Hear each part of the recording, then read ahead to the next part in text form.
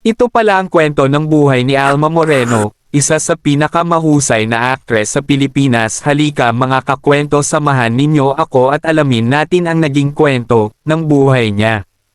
Ang buhay ni Alma Moreno, isinilang bilang Vanessa Moreno Laksamana, ay isang paglalakbay mula sa pagiging sex goddess ng pelikulang Pilipino tungo sa pagiging matatag na leader sa politika at isang mapagmahal na ina ng mga kilalang artista.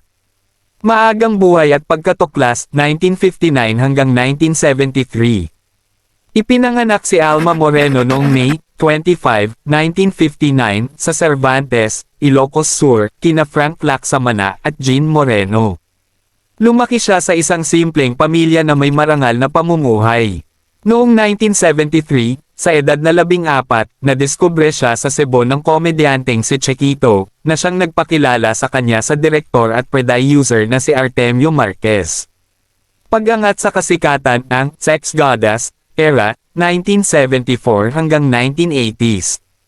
Nagsimula si Alma sa mga supporting roles, kabilang ang pagiging dama sa pelikulang Erduha, 1974.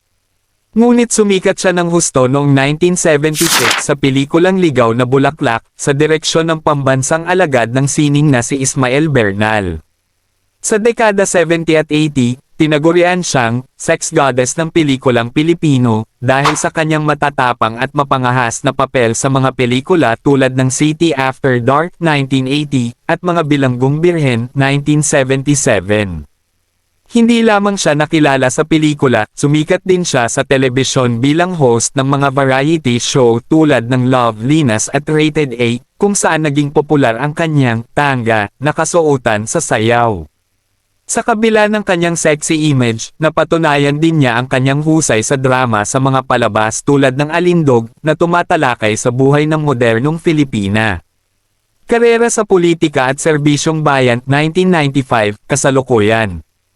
Pumasok si Alma sa politika sa pamamagitan ng kanyang relasyon kay Joey Marquez, kung saan nagsilbi siyang First Lady ng Parañaque mula 1995 hanggang 2004. Nahalal siyang konsehal ng Parañaque noong 2007 at muling nanalo noong 2010. Noong 2012, naging kauna-unahang babaeng pambansang pangulo ng Philippine Councilor League. Tumakbo rin siya bilang senador noong 2016 sa ilalim ng United Nationalist Alliance, ngunit hindi pinalad na manalo. Personal na buhay at mga pagsubok. Ang kanyang personal na buhay ay naging laman ng balita dahil sa kanyang mga relasyon at pagiging ina. Mayroon siyang 8 anak, kabilang ang mga kilalang personalidad. Mark Anthony Fernandez, anak nila ni Rudy Fernandez. Vandolph Quezon, anak nila ng King of Comedy, na si Dolphy. Winwin Marquez, at iba pa, anak nila ni Joey Marquez. Noong 2001, na-diagnose siya ng multiple sclerosis, isang malubhang karamdaman. Sa kabila nito, ipinakita niya ang kanyang katatagan habang ipinagpapatuloy ang kanyang karera at serbisyo publiko. Mga huling taon at patuloy na impluwensya, 2024 hanggang 2026.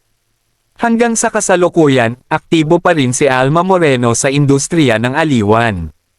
Lumalabas pa rin siya sa mga proyekto tulad ng The Alibay, 2025.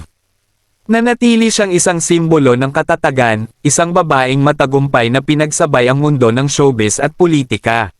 Nagustuhan nyo ba ang ating video mga kakwento? Huwag mo naman kalimutang i-like ang video natin at i-follow mo na rin ako, para updated ka sa mga bagong video natin, at i-comment mo na rin dyan sa baba kung saan lugar ka para alam ko kung saan nakarating ang ating video. Salamat!